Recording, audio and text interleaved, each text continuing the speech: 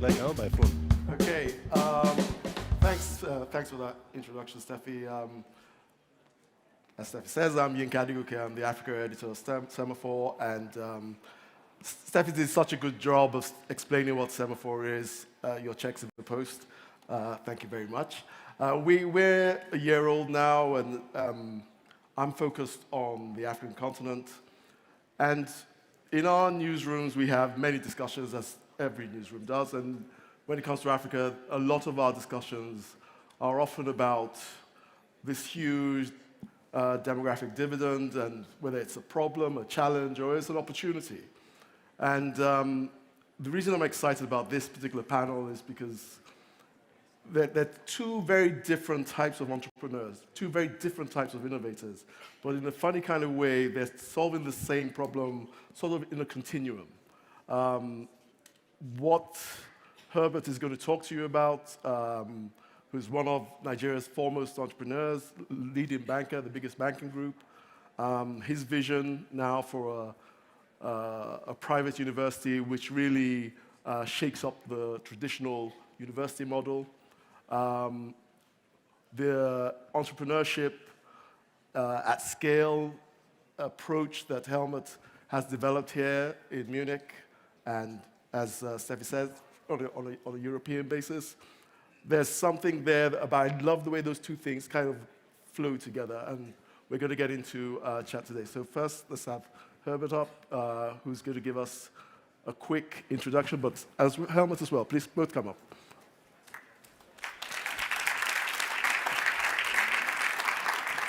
Let's go. Thank you. We're going to let Helmut go first, and Herbert. I keep on mixing the two names up. Sorry. Very close. Very close. Herbert's going to give us a bit of his vision about... Sometimes I wonder where my German heritage came from. Well, the theme of this conference, Dare to Know, was originally a Latin phrase, sapere audi, and it loosely translates to have courage to use reason.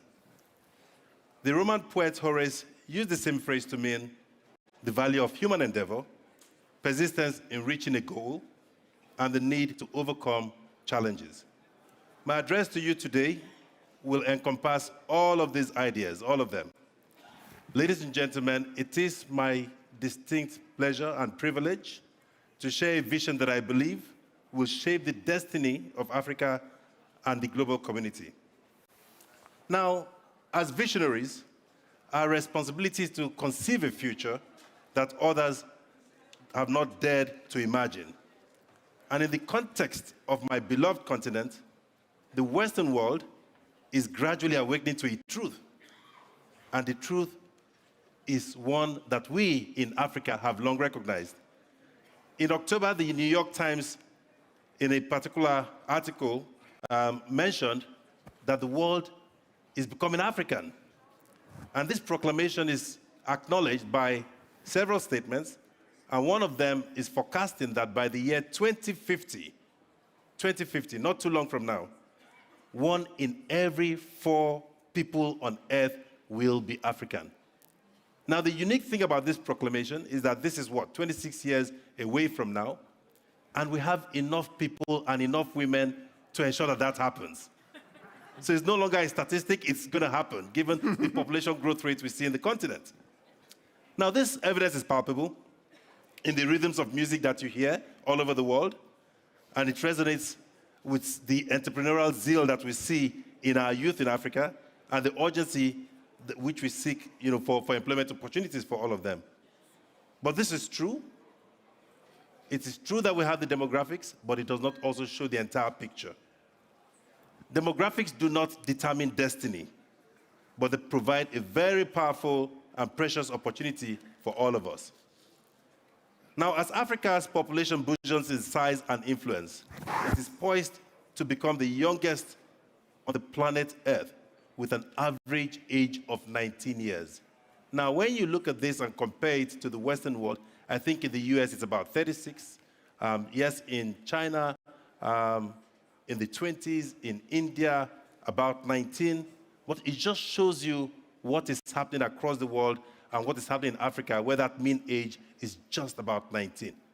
it speaks to so much. It speaks to the levels of creativity you're going to see. It speaks to the growth in the continent. If we channel our resources in the right direction, there's just so much to be done.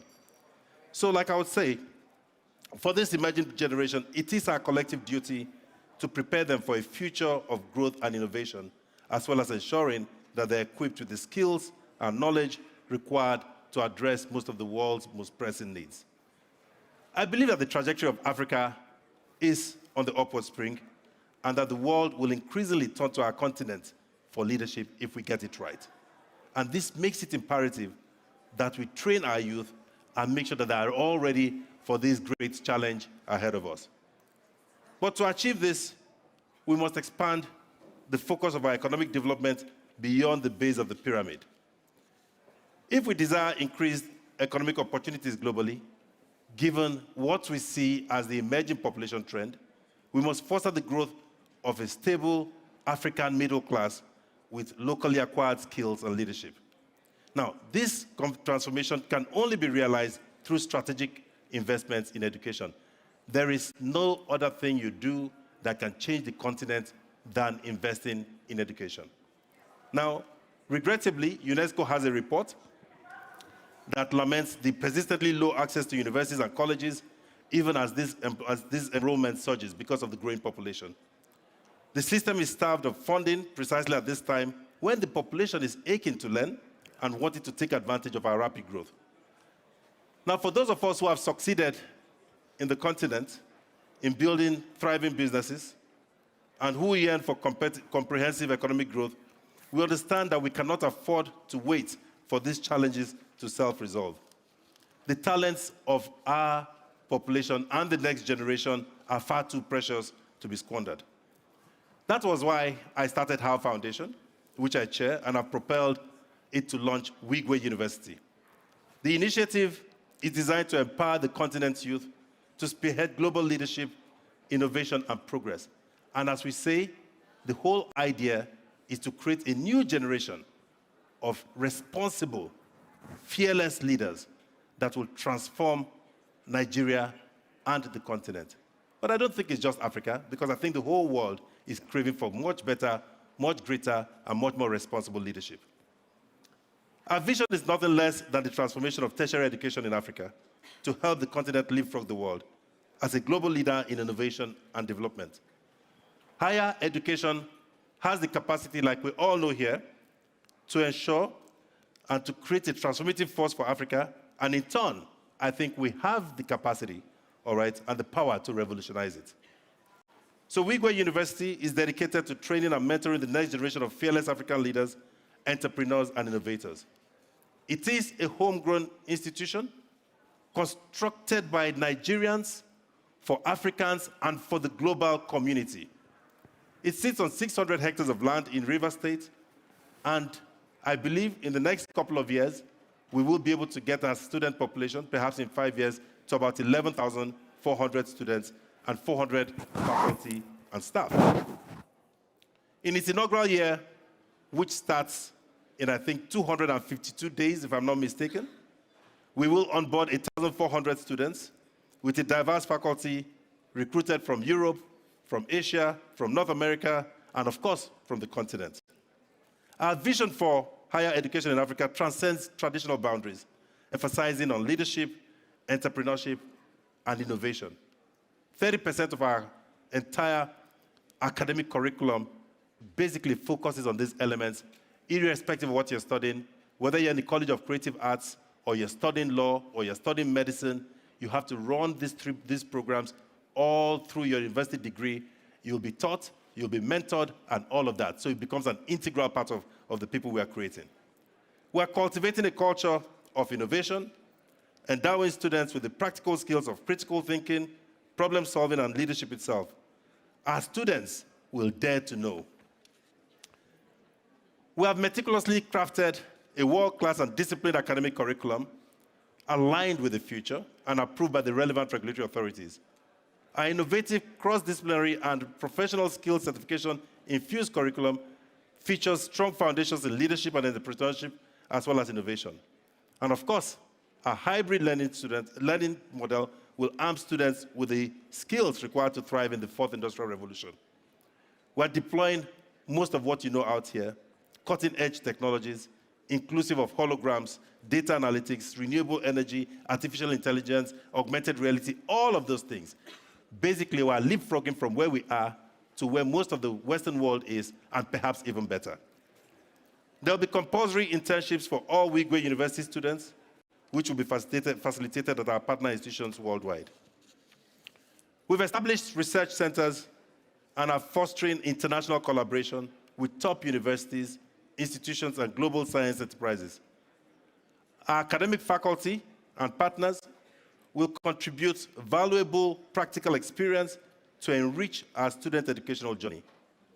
Our commitment extends to heavy investment in infrastructure, an area where African universities face challenges. Even as we are starting, we have already invested in a 10 megawatt power plant for the university. We own our own fiber optic internet and sports facilities built to world-class standards of FIFA, IAAF, and the NBA. We have a world-class performance arts center, complete with Broadway standard stage, outdoor amphitheater, and sound stage, as well as editing suites, most of which are still under construction. Additionally, I'm sure most of these people here would not know this because you wouldn't have the opportunity of seeing it in certain parts of Germany. We have our university farm, which will not only support the university, but also the local community and will also facilitate research initiatives. The motto of our university is, "We the Fearless," embodying our collective identity and forecasting the character of our future graduates. However, for this audacious vision to materialize, we need you. We need you, the visionaries beyond Africa, to be fearless as well. Currently, we're witnessing a brain drain where some of our brightest minds are departing for wealthier countries. Now, this is not a random exercise or occurrence. It is a deliberate effort by the Western universities and employers to exploit African talents and resources. So we have international students, for instance, including those from China, from India, and Nigeria, who have contributed about $50 billion to the British economy, for instance, in the year following the pandemic, with a significant number of them choosing not to return home. That is the concept of brain drain. So they come and get trained here and get the skills, and they don't go back home. Meanwhile, we've paid all their school fees. It's a very interesting concept. The UK's National Health Service, for instance, also employs about 50,000 African nationals, mostly from sub-Saharan Africa, a figure that has more than doubled in the past decade. So it is a time to cease viewing Africa as merely a source of resources and people to be exploited. There is not much difference between cutting away extracted natural resources and luring away some of our best minds. No difference whatsoever. Some people speak about international aid. So while international aid is crucial for many parts of Africa, undermining our middle class and the next generation of leaders weakens the impact of that aid. Of what essence is the aid, therefore? The waves of migration that we see that are straining your political and social landscape should therefore not come as a surprise. The best place to limit migration is not in the Mediterranean or in the English Channel, but within the home countries, our own home countries, where people are desperate to live for greater opportunities. Growing prosperity within these countries, as many of us know from our own experiences, is achievable through better quality education. If you don't solve that problem with us and provide better quality education, you'll be fighting these problems forever, all of these migration problems. The world has opened up to one marketplace. Therefore, I implore you to be fearless as well. Success should not be measured by extracting funds from Africa to support your universities and schools, or recruiting African nurses to fill your hospitals. We need the partnership of your universities for faculty exchange, for joint research projects, and student mobility programs, fostering a culture of excellence and global citizenship that operates in both directions. While we certainly need our own governments across Africa to prioritize education across infrastructure gaps, address infrastructure gaps, enhance faculty development, and support research and development, we also need partnerships between governments and the private sector, as well as philanthropic organizations. Above all, we need you, the visionaries of the world, to recognize Africa, especially its rising generation, as a source of hope and opportunity for the whole world. Africa's rising generation possesses the potential to drive massive and positive global change, but it requires our collective effort, all of us here, and a shared commitment to investing in their future and building their leadership skills. This is the fearless vision we hold for Wigway University and for universities across the continent. In conclusion, my words are not just a call to action. Our vision is a promise and a commitment to a shared future, which I'm sharing with you, where the world can become more African and Africa is truly world-class. So in the spirit of this conference, I challenge you all to dare to know. I challenge you to share our vision of Africa and to join us in creating an exciting future where our young people can find the opportunities that they seek. A future they can be confident that the higher education they need to lead the way towards a better Africa is at home and not several thousands of miles unreachable for most of them. Come with us. We are fearless, and we collectively dare to know. Thank you very much.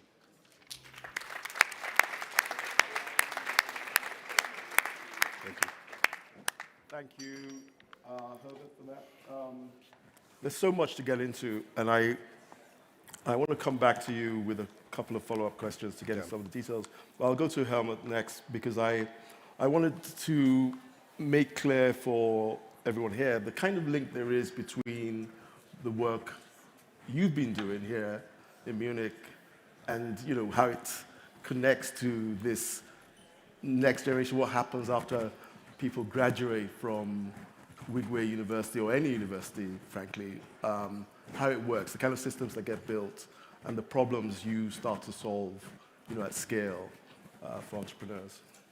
Yeah, so first of all, it's really amazing what Herbert is doing for Africa and also for the whole world. And I think we are talking about the next generation of education, and I think the next phase will be a joint effort. So it's not only that academics do education, especially in entrepreneurship, Herbert, but it's that every people who have the knowledge and the resources really work together. And so it's amazing that Herbert, and he's not only like the initiator of the university, he's also the role model. So if you look of your career, what you were doing, I think hundreds of thousands of young students are looking at you and say, hey, I also want to be a Herbert.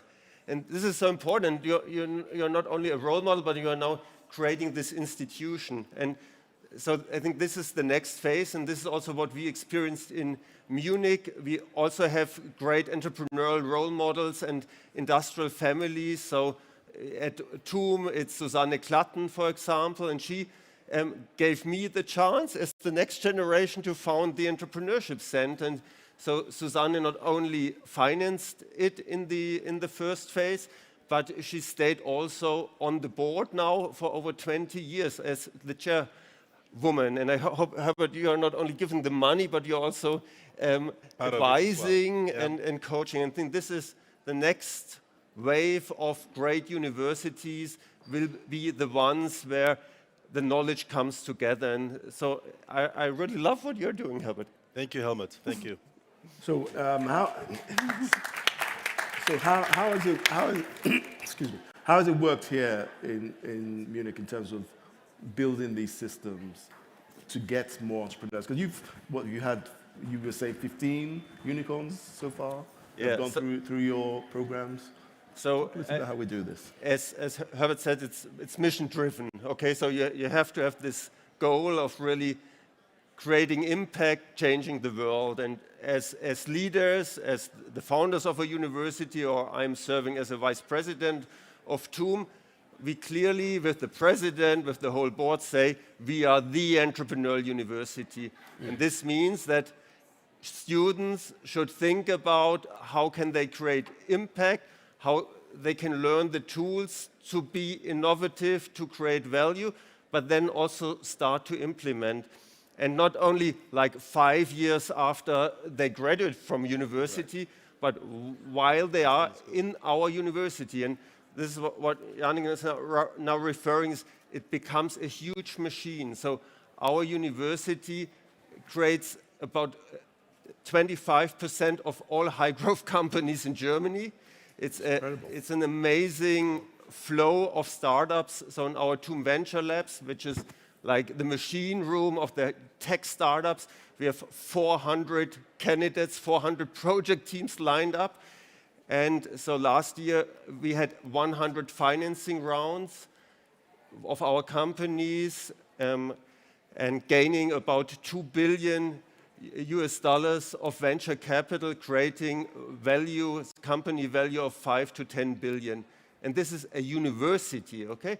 And this can be done by one university. And so we need more of these universities, not only in Bavaria, not only in Germany, not only in Europe, but worldwide. And this is why it's so important what Herbert is doing also in Africa. And hopefully his role model will be also seen in Africa. And there are many more great countries in Africa. And hopefully they pick up this momentum you're producing. Yeah. So I have a bias towards all this. I think entrepreneurship makes so much sense, but I just for the philosophers in the room or whoever it is, I mean, who's going to teach? Where will students learn all the other subjects if everybody's going down this kind of entrepreneurship route? Is it that you believe that there's enough for everyone in that kind of model, that the people who gravitate towards this will go do this, or do you think this model should just apply across universities in general? Yeah, I think every, at least technical university and every university who's on an impact mission should do it. And as Herbert said, it's a lot about leadership, it's a lot about entrepreneurship, but it's also a lot about technology, because our students have to learn the tools, apply the tools, and then build the solution. So we have to have the technology capacity. And last but not least, and this applies not only to Europe and Africa, but the whole world, we need also this sustainable mindset that our next generation of entrepreneurs understand that they not only create money value, but also solutions for a sustainable world. Absolutely. Right. You talked about scalability there. If you in 5 years have 10,000, you're starting at 1,400 now, you'll have 10,000 plus, I think it was in 5 years. These are incredible numbers for a new university, but still a drop, as you know. It is. In an ocean, especially when you think about the size of the population, even if it's just Nigeria alone, it's 200 million today, and 5 years, who knows what that will be. How does this kind of thing, and it doesn't have to just be Wigway University, I'm just trying to understand how you think about this. How can this work at scale to get to even more students? Because this is clearly a challenge that we have right across the continent, being able to get more people. Okay. So, Yinka, I mean, one of the things that would happen definitely is that this initiative will give the impetus to other people who can afford it to start to build and impact knowledge on the next set of generation. Now, one of the things you find in the Western world is impact giving. There are people who have resources in Africa who are not doing what they ought to do. And I'm yet to see anybody who's had so much wealth and died, and people have remembered him 100 years after. Well, the only thing you are remembered for is what impact you made. But I'll tell you something. Sometimes it requires one person to make a massive change. And I think that even though you will have things around entrepreneurship being taught across the entire university, all right, it just takes one massive idea from any of them to ignite the change that we're looking for, if you get the point I'm trying to make. 10,000 people may appear to be a drop in the ocean, given the size of our overall population. But quite frankly, 1, 2, 3, 4, 5 gems can change everything. That's one. Now let's speak about leadership. All we need is a new revolution, a new set of young people who are fearless and who have been trained into their mindsets as to what they can do in the country. In 15 years' time, I believe that coming out of Wigway University, for instance, you'll have a new set of guys who will be governors of states, for instance. You'll have people who will be running big businesses, etc. That generation can change our country and our continent. It took 25 years for the massive change you saw in Singapore. All right? That change starts from one day. Cast your mind back. You'll see that 25 years is yesterday, if you get the point I'm trying to make. So I think that this initiative, in terms of scale, all right, may appear to be a drop in the ocean, but it grows significantly, and you'll start to see the impact as several other people replicate it. And it will happen. It will happen. I'll go over to Helmut. I'm interested in how you think about the biggest problems you try to solve with your model, and how that can be applied beyond Munich, beyond your university. It's like also if you build a university and an entrepreneurship center, it's like building also a growth company. So right. And you need great people in the company. So a great management team, a great team who's doing it. You need great lecturers, but you also need people who know how to incubate. You need VC people who know how to attract money. So you need a huge team, and then it's a growth path. So we also start really small with 5 people. So in my initial business plan, I said UnternehmerTUM should have 5 people. Right. Now we have 500 employees. And it's also for us really a challenge to serve tens of thousands of students, serve hundreds of startups, and it's a constant challenge to go this growth path. And then, as Herbert said, it's also a global ambition. So it's not only like Nigerians work together in teams or Germans, but if we really want to solve global problems, we need global teams. Yeah. And I think this is then for us both the next challenge is how can we do this? So how can we bring people together from different continents, tackle these problems, and then scale them? And what have you done in that sense? I know I was reading some background on your model, and you had a very diverse kind of like entrepreneurs from different countries. Was that intentional, or is it just something that happened over time? Did you actually go out and seek people? Exactly, and what's really nice now is that so people from all over the world see what's happening here in Munich. So if you look at the numbers, we have 50,000 students, and 40% are not from Germany. 40%, and I looked up the numbers, so about 5% are African. And this is super, okay, so, and people are great ambassadors, go back in their countries, but then we can build businesses together. But I think we are at the beginning right now, and so right now in the moment what we are doing, we try to build a network of Europe. Only the European game is difficult, so we try to get the European market under one umbrella, so that a European startup wants to go to like Finland or enter the Spanish market or the Italian market to do this. And I think next step should be that we do it cross continents. That would be a dream, I think. Do you have a similar vision in terms of, I mean, I know you talked about it being Pan-African. Do you have any sort of model or approach to try and pull in more students beyond Nigeria? I attended a very interesting meeting 2 days ago, just learning from the type of things that Helmut is speaking about. Academia is moving in a very interesting direction, calling for greater collaboration. And I was speaking to people who are going to be involved in our College of Creative Arts, who are going to come and start to layer things upon what we do. All right, these people don't live in Nigeria. They're in the US. Some of them are in the UK, et cetera, et cetera, et cetera. And they see the need for greater collaboration. So you can extend yourself far beyond your immediate precinct, if you get the point I'm trying to make. So those are all the things that we're doing. And you see it in the partnerships that we're all building. Part of what he just mentioned. All right, so once those partnerships exist, the quality of the education which you have at any one point in time is so much better. But it's not just about the education. it's about how do you place these people? How do you make sure that they're not job seekers, but job creators, if you get the point I'm trying to make? How do you make them have access to venture capital, all right, which he mentioned? And speaking about mission critical from day one, these guys are actually in the practice of creating wealth on a sustainable basis for a better future. So it's happening, and I truly and completely believe in what he said. Okay, fantastic. It looks like we've run out of time, so I'm just going to try and wrap up with,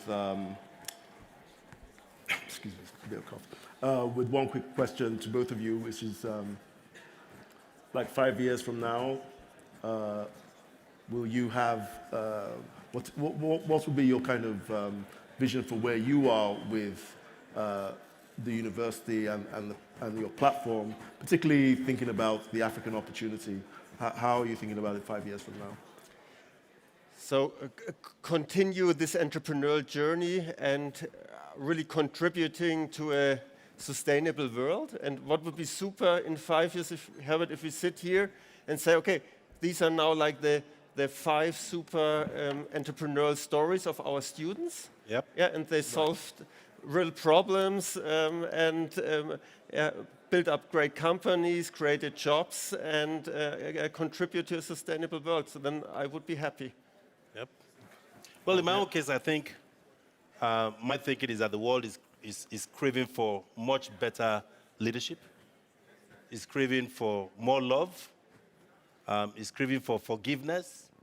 I think it's payback time, if you ask me, in a different context. I think that the world has to look at Africa and ensure there's greater collaboration. Otherwise, we'll keep moving around in circles. Right. I think in 5 years, if I find coming out of Nigeria, many better quality students and entrepreneurs have come out through partnerships, for instance, with Helmut and the Western world, and we don't have to travel all over the world, and we don't find our people stranded overseas because they're seeking education, that would be progress for me. Because all of that will ensure that we have better quality Africa, we have better growth in Africa as far as GDP is concerned, better living standards, greater financial inclusion, and all of that. Yeah, that's a great vision. Please join me in thanking our excellent panelists. Thank you.